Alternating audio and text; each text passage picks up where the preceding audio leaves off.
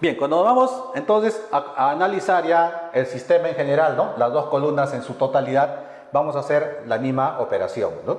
Calculamos el número de variables, en este caso el número de variables de flujo, tenemos ingresa F1, sale F2, sale F4 y sale F5, ¿no? Entonces tenemos 4 variables, ¿ya? ¿Por qué no consideramos el flujo 3? Porque en realidad lo que está haciendo el flujo 3 es salir del flujo de la columna 1 e ingresar a la columna 2. Por lo tanto, es un flujo que va en salida y a la vez tiene entrada, ¿no? Por lo tanto, se eliminaría, ¿ya?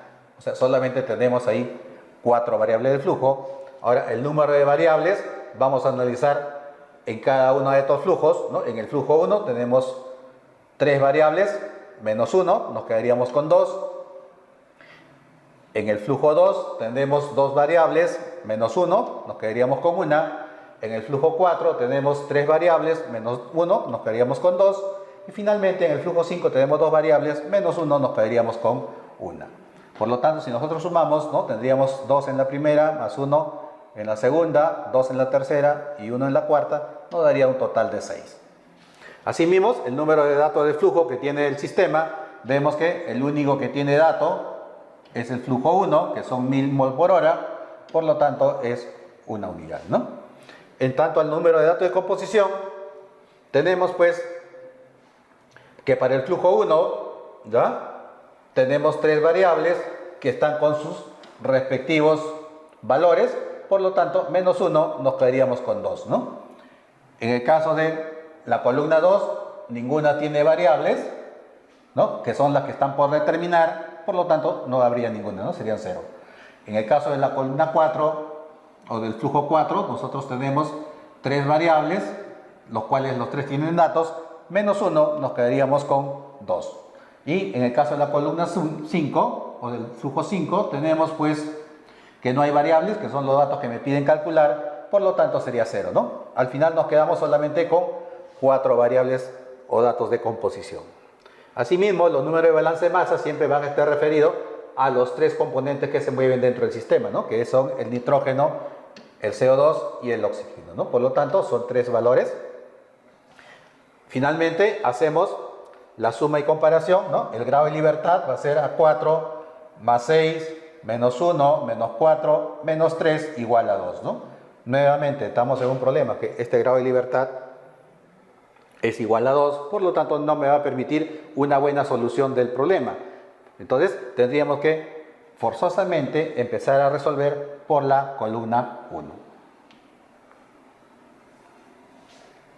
Muy bien, estamos en la columna 1, vamos a empezar a analizar y recordemos siempre, ¿no? Hacemos un balance general. ¿Qué era un balance general? Simplemente ver que todo lo que ingresa va a ser igual a todo lo que sale, ¿no? En este caso vamos a indicar que el flujo 1 va a ser igual al flujo 2 más el flujo 3. Reemplazando valores diría, ¿no? 1000 mol por hora va a ser igual al flujo 2 más flujo 3. Y esto lo denominamos pues una ecuación número 1, ¿ya? Luego lo que vamos a hacer es pues, ¿no?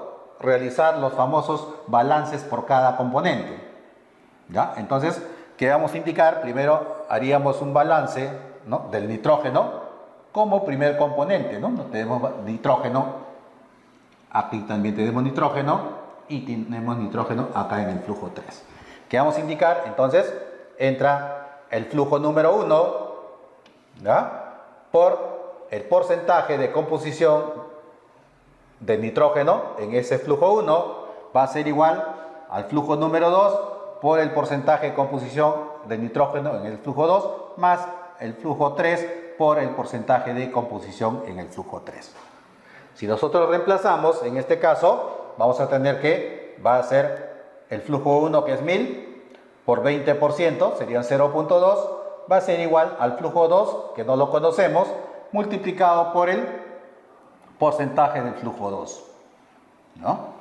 Igualmente, esto va a ser sumado el flujo 3, que tampoco lo conocemos, más el 2.5% del porcentaje de composición del nitrógeno en ese flujo 3. Y ahí tendríamos pues la segunda ecuación. ¿Ya? Muy bien, entonces empezamos con el balance del CO2.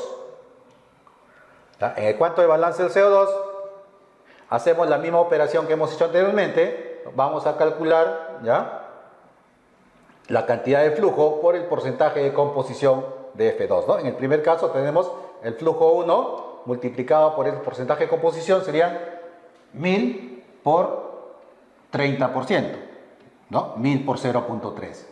¿Ya? Esto va a ser igual al flujo número 2 multiplicado por el valor porcentual de la composición del flujo 3, que no lo de la composición de CO2 en el flujo 2, que no lo conocemos, más el flujo 3 por el porcentaje de composición del CO2 en ese flujo, ¿no?